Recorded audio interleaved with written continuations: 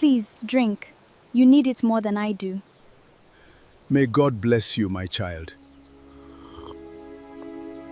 Chief Obina's final wishes will now be read. He leaves nothing to his son. The entire estate goes to the foundation. That can't be possible. What did he say?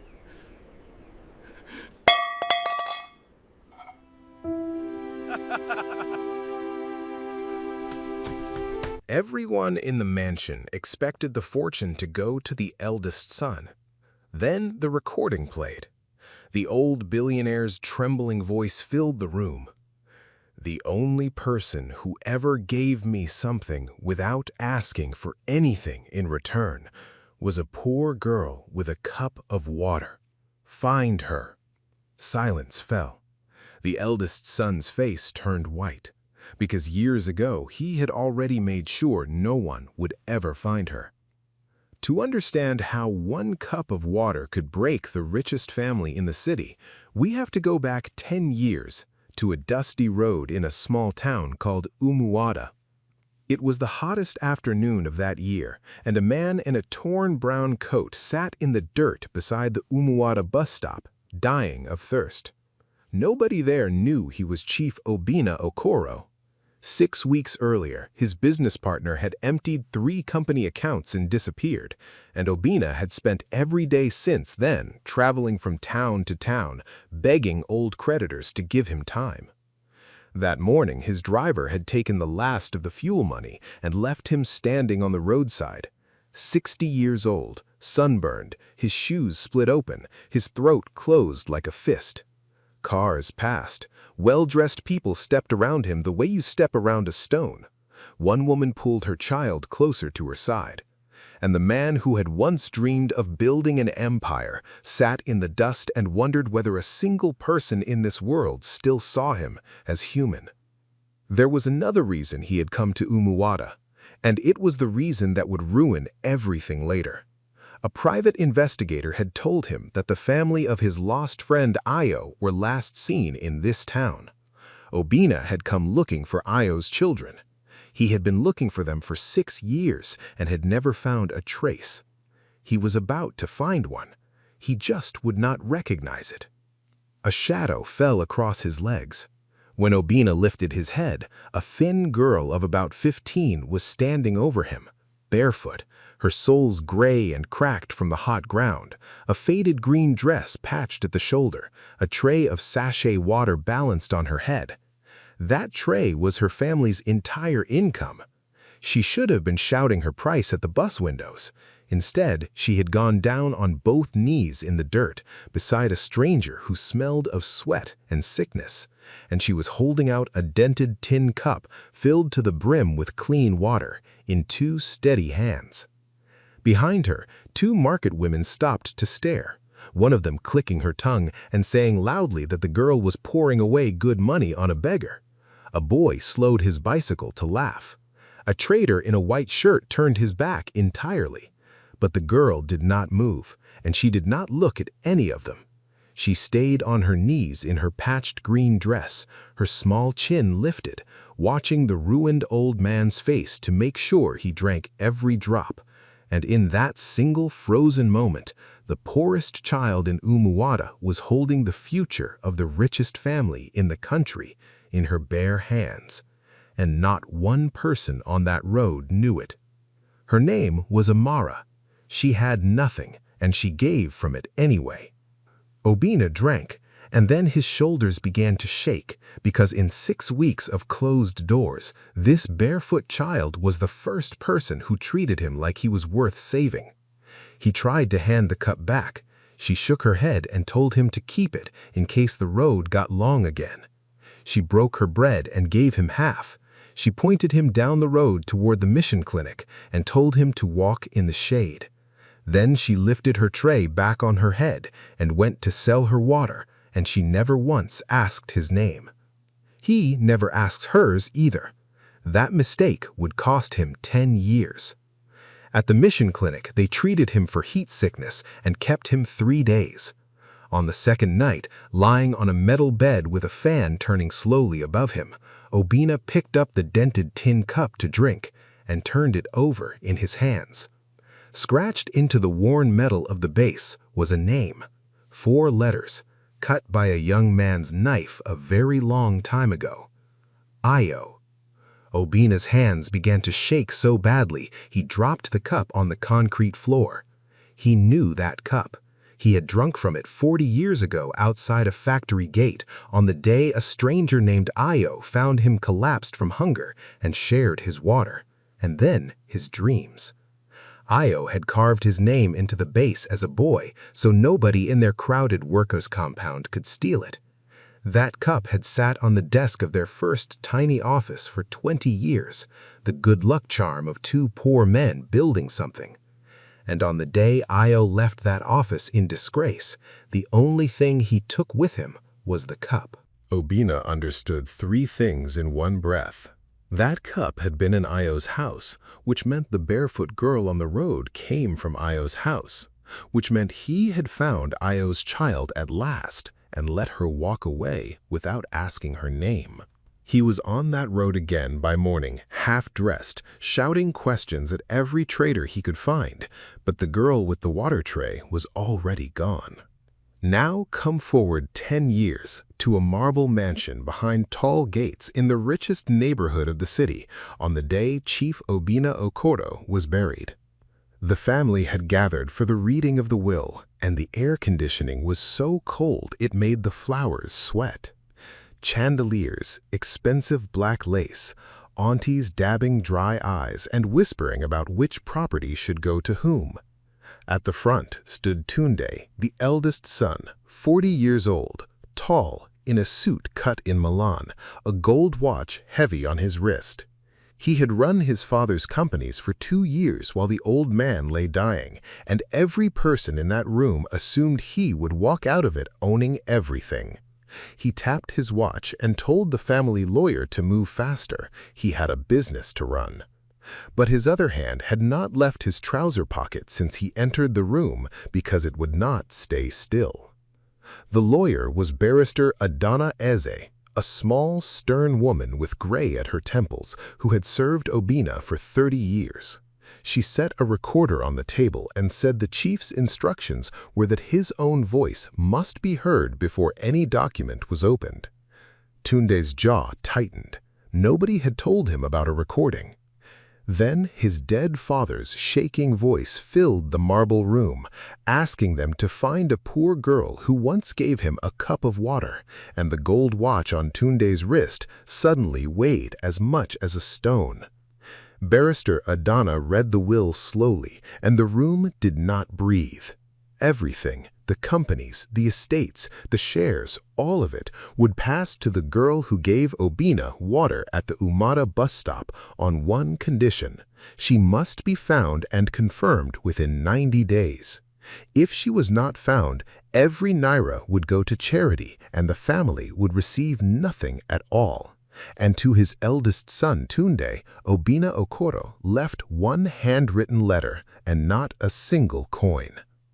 An auntie went down into a chair, somebody's glass hit the floor, and Tundai stood frozen, staring at that little black recorder as though he wanted to reach inside it and stop his father's mouth.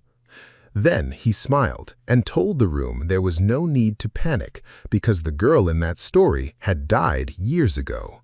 He said it with total confidence. He said it because he was the one who had reported her dead.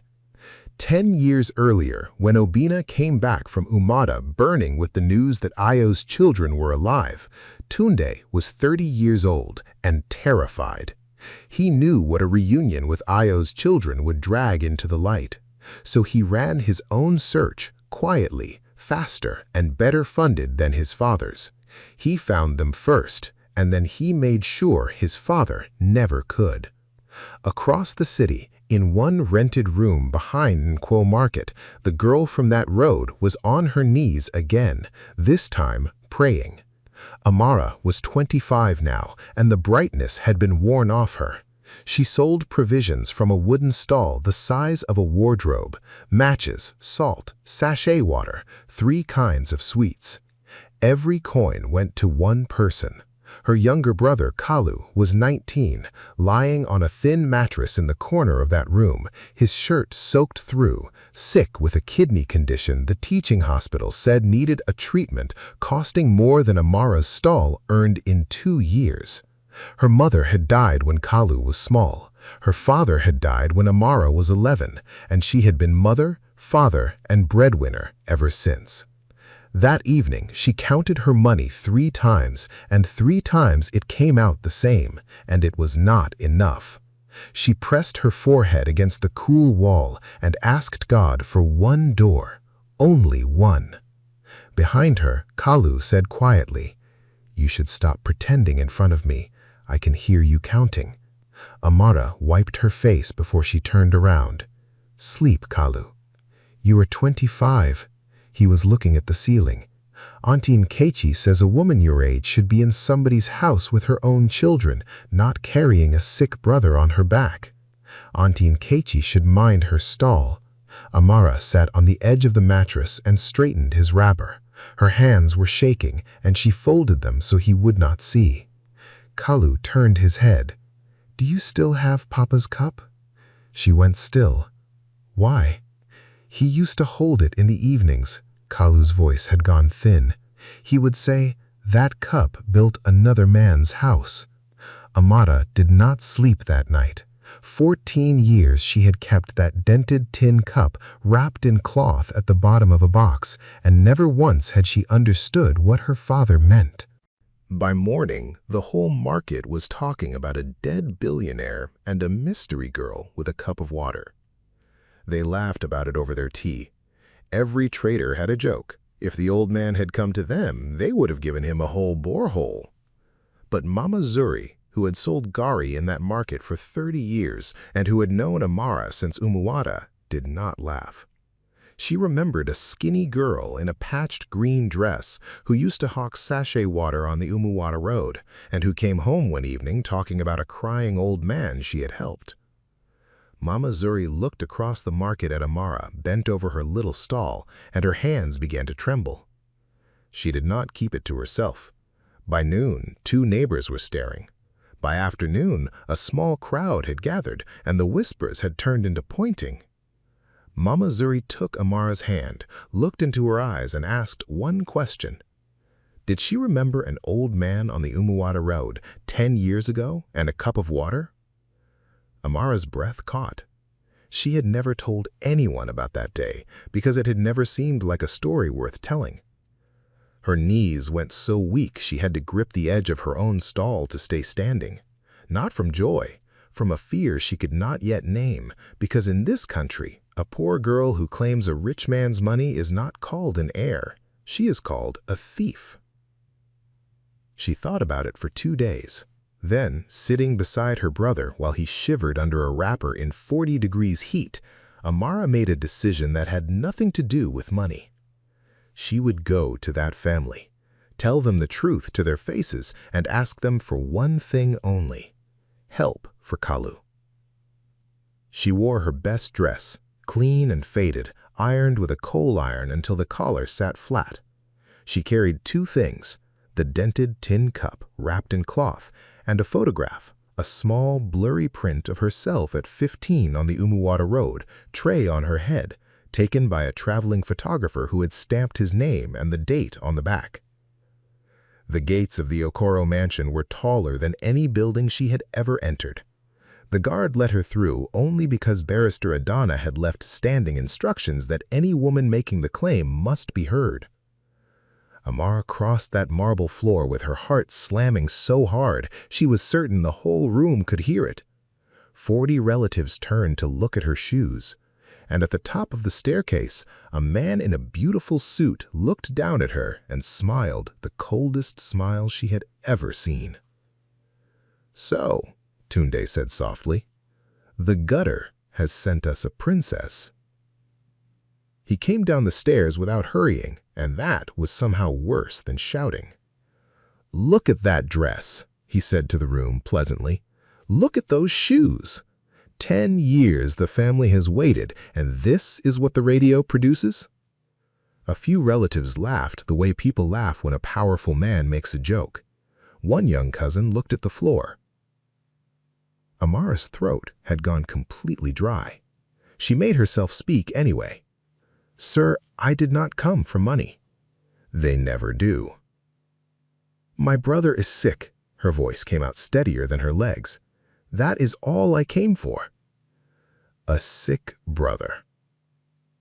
Tundai turned to his audience and spread his hands. "Every con woman in this city has a sick brother." More laughter. A woman near the pillar lifted her phone and began recording.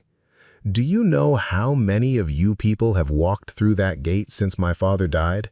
19. You are the 19th. Amara did not cry. She had decided on the bus that she would not give them that. She unwrapped the cloth in her hands and held out the dented tin cup, filled with water she had carried carefully all the way from the market so they could see it exactly as it had been.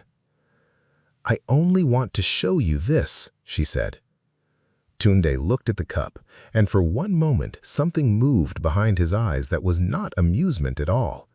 It was fear, and Amara saw it, and she filed it away. Then he took the cup out of her hands, walked to the tall window, and slowly poured the water out onto the marble floor in front of everyone. The gasps came from all sides. The young cousin turned away. The woman with the phone lowered it.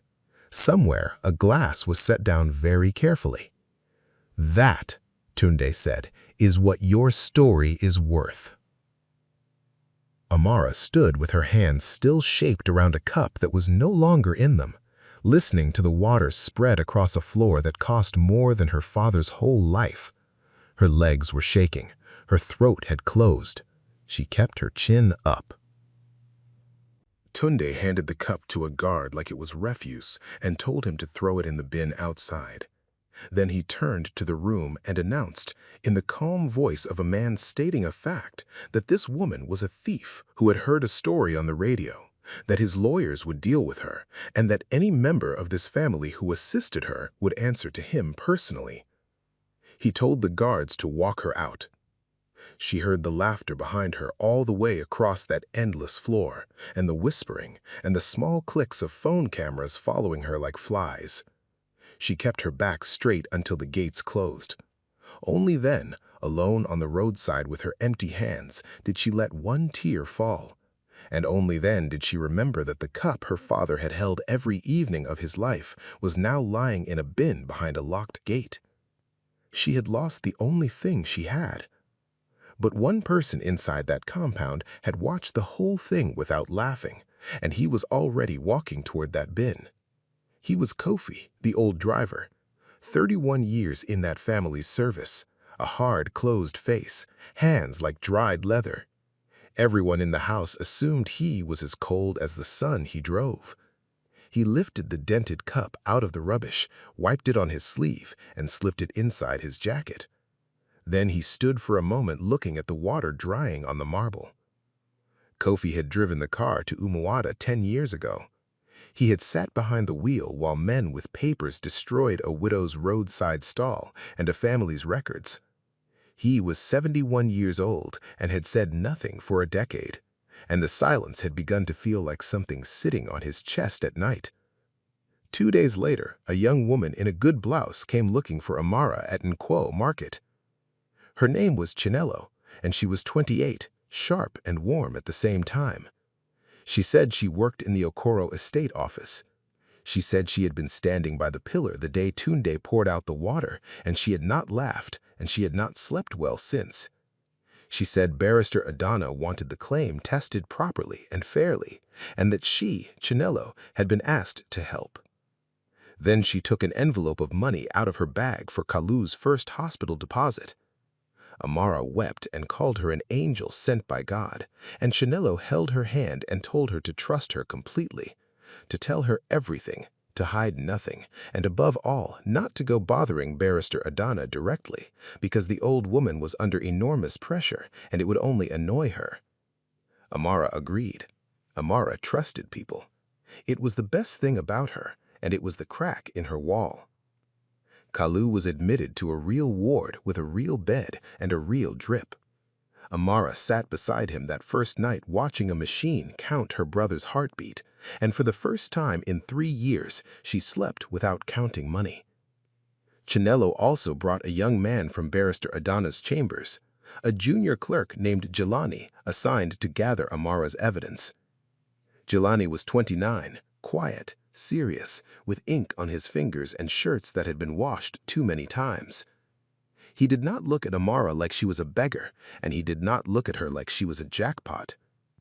On their first afternoon together, he asked her to spell her father's name, and then he read it back to her, Ayo Nwafor, and pronounced it correctly with the right weight on the first syllable. And something in Amara's chest turned over. Nobody had said her father's name out loud in 14 years. "You write slowly," she told him. "I write correctly," he said, not looking up. "Nobody has ever written this family's name correctly before. That is part of the problem." She laughed. It surprised her, the sound of it. Over the next 2 weeks, they sat together in a hot back office going through old land records and market registers, and the small things piled up quietly. He always bought 2 teas and always let hers go cold rather than rush her. She noticed he skipped lunch and started bringing food from her stall and putting it beside his files without comment. When she had to leave for the ward at 6, he walked her to the bus stop every single evening and never once asked to come further. One evening at that bus stop, Jelani said, "There is something wrong in the estate files." "What kind of wrong?" He hesitated. "The kind that gets a junior clerk sacked." What Jelani had found were payment records from 10 years ago, a demolition order executed against a roadside stall in Umuada, a local government file where an entire family's registration had been marked closed, deceased, transport, hotel, and settlement costs for 3 men, all of it paid from an Okoro estate account, all of it signed off by one person. Amara looked at the papers, and her stomach dropped through the floor because she remembered that year. She had been 15.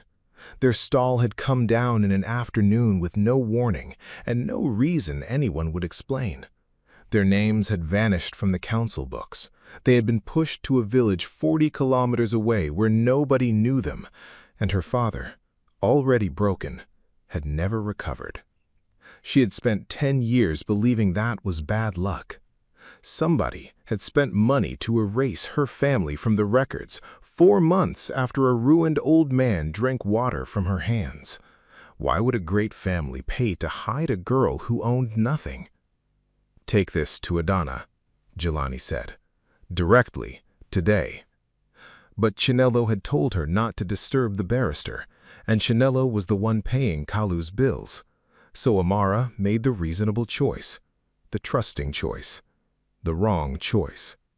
She photographed the documents on Jelani's old phone, and then she took the originals and, because Chinello asked to see it again, the stamped photograph of herself at 15, to the one person she believed was on her side. Chinello studied the papers for a long time. Her warm face did not change at all. Then she said she would keep them somewhere safe. She was not lying, exactly. She took them somewhere very safe indeed, to the man who had paid for her law school fees for 4 years and who was still paying for her mother's dialysis 3 times a week. Chinello had made her choice long before she ever smiled at Amara. Tundai had not needed to buy her. He had raised her to be bought. The next morning, the city woke up to a press conference on the steps of the Okoro mansion. Tundai stood at a microphone with 40 cameras in front of him, and beside him stood a beautiful, poised young woman in expensive lace. Her name, he announced, was Ineka. She was the true girl from the Umuada road, found at last, and the family had wept together that morning. Ineka told the cameras a smooth, tearful story. She held up a photograph, Amara's photograph, cropped so that the girl's face was cut away and only the tray, the road, and the stamped date remained. She produced a cup. Then Tundai delivered the blow he had been building for 3 weeks. He declared that another woman had been harassing his grieving family for money, that she had forged documents to support her claim, and that the estate's lawyers were filing against her. He gave her name. He gave the name of her market. Amara watched it on a television bolted to the wall of the hospital corridor. She understood two things at once. Tundai could not inherit 1 naira. His father had cut him out completely, which meant Eneka was not a rival heir. Eneka was a hand he intended to hold the money with. And by evening, the market that had spent a week whispering that Amara was rich was now whispering that Amara was a thief. Auntie Nkechi told 3 separate customers she had always known that girl had something crooked in her. The landlord came to ask about the room. 2 suppliers stopped her credit. In a single day, the stall she had built over 8 years stopped taking money. Amara ran to the hospital and found Chinelo already standing in the corridor outside Kalu's ward. Her file was in her hand. Her warmth was gone, folded away like a cloth she no longer needed. "The estate is withdrawing all payment," Chinelo said. "Effective this morning. They will move him out by 6. Amara caught her arm. "Chinelo, he is 19, please." Chinelo removed Amara's hand, 1 finger at a time. "You had a stall and a room and a brother in a bed. Now you have nothing. That was your choice, not mine. You took my father's papers. I took nothing that was ever going to help you." Chinelo's eyes flicked away for half a second, the first honest thing about her, and then came back hard. "Go home, Amara. Tundai always wins." Her heels clicked away down the corridor, and Amara stood outside her brother's ward with no money, no documents, no witness, no photograph, no cup, and a lie about her spreading through every street she had ever walked. Her legs stopped holding her. She slid down the corridor wall to the cold floor, and for the first time in the whole of her life, Amara did not feel brave or hopeful or humble. She felt finished. That was the moment a black car pulled up outside the hospital, and the old driver from that terrible house got out and began walking straight towards her. Amara pushed herself backward along the wall. She was certain he had come to deliver a threat. Kofi lowered himself down on his old knees in front of her, which cost him something, and reached into his jacket. He brought out a dented tin cup and put it into her hands. "I took it from the bin. I have kept it in my room for 3 weeks." Amara stared at the cup, then at his weathered face, and could not make sense of any of it. "Why?" "Because I am 71 years old." Kofi's voice did not change. "And I drove the car to Umwada." Her whole body went cold. "There are things about this cup," the old man said, "that Tundai would burn this city down to keep buried. Sit up, my daughter. It is time you knew all of them." He took Amara and Jelani to a small church at the edge of the city that evening, because a church is the one place in this country where nobody asks why 3 strange people are sitting together in the dark. And there, in an empty pew under a single bulb, an old man finally set down a weight he had carried for 10 years. The story the world believed that Chief Obinna Okoro built his empire alone was a lie, Kofi said. 40 years ago, there had been 2 young men with nothing, Obinna and a gentle dreamer named Ayo Nuafa, who found Obinna collapsed from hunger outside a factory gate and gave him water from a tin cup with his own name carved in the base. Amara's fingers tightened around the cup until the metal edge cut into her palm. They built the company together, Kofi said. For 20 years, that cup sat on the desk of their first office. Then, 20 years ago, when the money became serious, the family of Obinna's wife, Nkem, decided that the gentle partner was in their way. They forged a transfer of shares. They planted an account. They spread it everywhere that Ayo Nuafa had stolen from the company. And they did it while Obinna was in Johannesburg for 6 weeks, chasing the contract that would make them all rich. By the time Obinna landed, Io was gone, and everyone he trusted told him the same story with the same details. He believed them. He believed his brother had robbed him and run. It closed something in him, Kofi said, and turned him hard for years. Io took one thing out of that office, Kofi said, one thing out of everything he had built. Amara looked down at the cup in her hands and could not see it clearly anymore. The shame killed her father slowly. He lost the house, then his name, then the will to leave his chair. 14 years ago, he died in a rented room in a strange village with 2 children and a tin cup to his name, still saying he had never stolen anything from anybody. He used to hold it in the evenings. Amara's voice had gone to almost nothing. It built another man's house. Jelani reached over and put his hand on hers on the cup. Neither of them moved it. Then Kofi said the thing that turned the entire story upside down. 6 years after Io died, Chief Obinna finally learned the truth. A dying accountant confessed the forgery to him, and it broke the old man in half. He spent everything he had left of his health searching for Io's children so he could put right what his own wife's family had destroyed. That was why he was in Umwada that day. That was why a billionaire was sitting in the dust at a bus stop in a nowhere town. He was looking for Amara, and Amara knelt down and gave him water without either of them knowing it. He recognized the cup at the clinic, Kofi said, 3 days too late. He came back for you and you were gone, and he searched for 10 years, and every single year he was told the same thing. The old man's jaw worked. That Io Nwafa's children had died of cholera in a village. There was a report. There was even a burial receipt. Who told him that? The same man who signed the demolition order. Kofi looked at her. Tundai was 20 years old when his mother's brothers forged those share papers.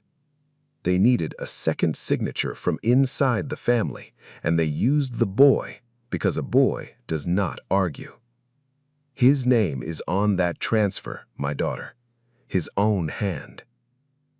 And there it was, not simple greed. Tundai had spent 20 years knowing that a single sheet of paper in a file could turn the great Okoro name into a byword and put his own signature at the center of it. When his father started hunting for Io's children, Tundai did not see an act of justice. He saw the end of everything his mother had bought for him. Kofi said Nkem had died holding her son's hand, telling him that everything this family had was bought and paid for on his behalf, and that he must never, ever let anyone take it back. Tundai was 22. He had loved his mother. He had spent the rest of his life making a promise to a dead woman. For one breath sitting in that pew, Amara almost understood him. Then she thought about a 19-year-old boy being wheeled out of a hospital ward at 6 o'clock, and the understanding closed like a door. Tundai had not been a frightened boy for 20 years. He had been a grown man making the same choice again and again, and every time he chose, an innocent family paid. There was one more thing, Kofi said. Barrister Adana held a sealed second recording, Obinna's real last message, and it could only be played in open court and only for a claimant who produced a specific object described in a sealed annex to the will. Not a photograph, not a story, an object marked in a way that only Obinna knew. Neka's cup had no name carved in the base. Amara's did. "Then we are finished," Jelani said quietly, and the two of them turned to look at him. His face had gone gray. "I was dismissed this afternoon. Tundai's people sent Adana a letter saying a clerk in her chambers had been coaching a fraudulent claimant." He swallowed. "I cannot walk into that court as an officer of anything. I am a sacked clerk with no evidence and a personal interest in the woman making the claim." "Then don't come," Amara said. "I am coming." "Jelani," her voice cracked for the first time all night, "I have already lost your job for me. I will not let you lose your name, too." He put his files in his bag and stood up. "Then you should have written more slowly," he said. "I told you, I am not a fast man, but I finish." The High Court was full by 9 o'clock the next morning. Reporters lined the back wall. Tundai sat in the front row in a crisp gray suit with Nikah on his right and Chinello behind him. And when Amara walked in wearing a faded dress and carrying a dented tin cup, the whisper went through that room like something with teeth. "That is her. That is the market woman. That is the thief." The application before Justice Uba was simple. With 61 days left on the 90-day clause, the executor was required to confirm the beneficiary. Tundai's counsel rose and presented Nikah, a rehearsed account, a cup, a cropped photograph with a stamped date on the back. Then he turned to Amara and did the work he had been paid for. He produced the demolition documents Chinello had taken and argued that this woman had stolen estate records and altered them to manufacture a persecution she had invented. He produced a bundle of correspondence claiming she had demanded money from a grieving family. He noted that her only supporting witness was a clerk dismissed from the executor's own chambers that week for misconduct, and that a second, elderly witness was a household employee of the estate with a pension to protect. Jelani stood up anyway. He was ruled irrelevant in 11 seconds and sat back down with his ears burning. Then Amara stood and lifted the cup and began to explain about the name carved in its base. Barrister Adana rose at once and applied to the court for leave to open the sealed annex and play the chief's second recording. Tundai's counsel objected, almost lazily. Any person could scratch 4 letters into a cheap cup overnight. To open a sealed instrument on the word of a claimant already shown to have handled stolen documents would be to reward the fraud. He asked the court to confirm his client's candidate and close the matter. Justice Uba, who had read the same newspapers as everyone else, looked at the faded dress and the dented cup for a long moment. Then he refused the application. The room began to move. Reporters bent over their phones. Nikah exhaled and touched her chest. And Amara felt it, the exact moment justice stopped being possible. It would have ended there. It ended instead because Tundai could not resist. He rose, unasked, to address the court with the gracious sorrow of a winner. It was a tragedy that a common market thief would try to dishonor his father's memory with a rusty cup she picked out of a gutter. Barrister Adana's head came up. She stood so slowly that the whole room turned to watch her do it. "My lord," she said, "the sealed annex has never been opened. I have not read it. Nobody living has read it." She turned to face the front row. "In 3 months, no document, no announcement, no report, and no word from this office has ever described the object as a cup." The silence went absolutely flat. "Tundai," she said, "how do you know it is a cup?" Tundai's mouth opened. Nothing came out of it. The blood went out of his face from the jaw upward, and his hand closed on the edge of the table in front of him until the knuckles turned pale gray. He looked at his own counsel, and his counsel, a man who had defended murderers without blinking, very slowly sat down and did not look back at him. Justice Uba reversed himself in a sentence. The annex would be opened. The clerk broke the wax and read out one line in Obina's handwriting. A tin drinking cup, dented at the rim, with the name Io cut into the base. He turned Amara's cup over in his hands. He read out the 4 letters, Then he pressed play, and for the second time, the trembling voice of a dead billionaire filled a silent room. But this time, every word landed on the man in the gray suit. "If you are hearing this, then she has been found, and she has brought me my cup." A long, wet breath. "The cup my brother Io gave me 40 years ago, with his own name beneath it. Hear me, all of you. Io Nwafor never stole 1 naira from me. My wife's family destroyed him with forged papers while I was in Johannesburg, and I was fool enough and proud enough to believe them for 6 years. This fortune was built on his ruin. It was never mine to enjoy. It belongs to his children." The recording named the forged transfer of 20 years ago, and the paper trail did the rest. The properties and shares built on Io Nwafor's stolen half went under investigation, and every newspaper in the country printed the family's schemes in full. Tundai was removed from the boards, his access frozen, his signature on that transfer reproduced on the front page of 3 national dailies. He was not merely ruined, he was permanently, publicly known. And for a man who destroyed a family to protect a name, that was the one punishment that could actually reach him.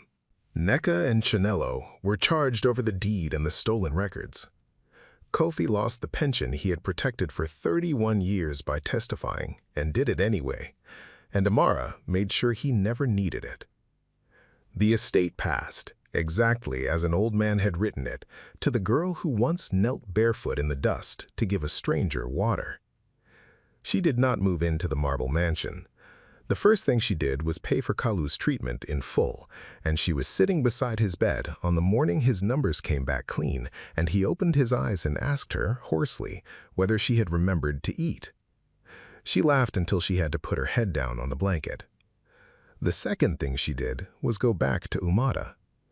On the same stretch of road where she had once sold sachet water, 100 meters from the bus stop where a ruined old man had wept over a cup, Amara built a clinic and a school for children whose families could not dream. Over the gate she hung a plain wooden sign with 2 names on it: the Io and Obina Foundation. 2 poor men who had started with nothing, put back together at last on a dusty road in a small town. Kalu runs the admissions office now. Jelani handles the paperwork slowly and correctly and walks her home every evening. And one of these days, one of them is going to say the thing they have both been not saying for 2 years. The dented tin cup sits on a shelf in her office where every visitor can see it.